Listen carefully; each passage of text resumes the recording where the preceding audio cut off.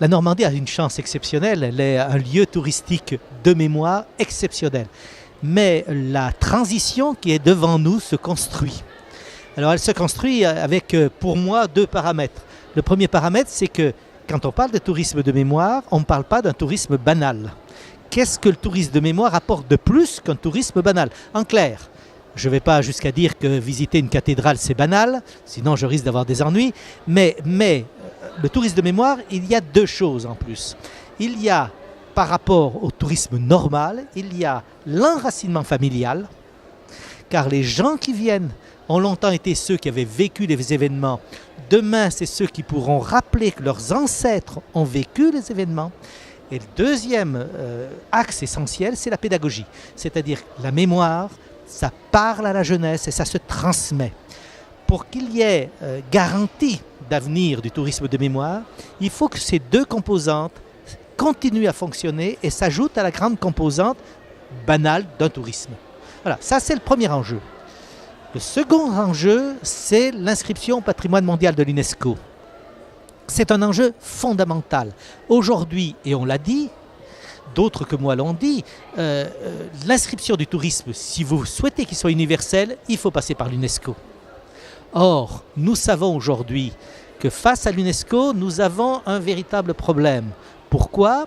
Parce qu'il n'y a que 3 voies pour être inscrit à l'UNESCO, la voie patrimoniale, la voie immatérielle et la voie environnementale. Or, nos sites ne correspondent à aucun de ces 3. Nos sites, c'est des sites mémoriels. Et il faut que demain s'ouvre à l'UNESCO cette voie de l'inscription des principaux sites mémoriels dans le monde lorsque ces sites mémoriels portent une réflexion sur l'avenir de l'universel. Et comment on fait bouger l'UNESCO sur cette question? C'est un débat qui s'est ouvert à Bahreïn en juin de 2018. En juin 2018, le débat s'est ouvert à Bahreïn. Alors l'UNESCO a botté en touche en disant nous créons une commission de travail qui doit réfléchir et qui se donne 2 ans puisque les conclusions c'est juin 2021. Juin 2021, où nous sommes inscrits. Alors il y a 2 dossiers français, les sites de 14-18, les sites franco-belges de funéraires et mémoriels de la Grande Guerre et les plages du débarquement. L'enjeu, c'est l'inscription en 2021. Ça veut dire qu'aujourd'hui, il faut qu'on participe et qu'on soit leader dans cette réflexion qui est montée autour de l'UNESCO pour créer cette 4e voie d'inscription au patrimoine mondial de l'UNESCO.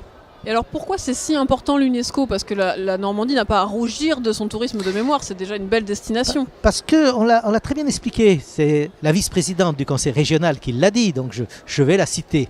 Elle dit aujourd'hui, vous avez des tours opérateurs de plus en plus nombreux dans un grand nombre de pays, ne serait-ce que la Chine, qui ne planifient les visites que des sites classés à l'UNESCO. Partant que c'est une référence, c'est ces sites qu'ils font voir et je suis persuadé que toutes les études montrent qu'il y a montée touristique dès qu'on a un site d'inscription à l'UNESCO. Ce n'est pas une affaire financière, l'UNESCO ne donne pas un centime. C'est simplement aujourd'hui les yeux des autres, dans les yeux en particulier des tours opérateurs, c'est excessivement important d'avoir une déclinaison UNESCO. Et alors, imaginons qu'on ait ce classement, que ça marche, est-ce qu'on ne risque pas une saturation ou une dénaturation des sites? Alors, c'est une excellente question. Trop de tourisme tue les sites. Et nous connaissons aujourd'hui des sites dans le monde où ils sont obligés de freiner. On va prendre la grotte de Lascaux qu'on ne peut plus visiter. Vous avez absolument raison. Bon, nous n'en sommes pas encore là en Normandie, mais c'est en effet une réflexion. C'est en effet une réflexion le tourisme doit s'allier à l'environnement si nous ne voulons pas que demain nous ayons des problèmes partout. Vous avez absolument raison de poser cette question et quelquefois sur les sites UNESCO, cela entraîne beaucoup trop de monde. Et ça, c'est aussi un autre enjeu, qu'est-ce que j'appelle le calibrage du tourisme.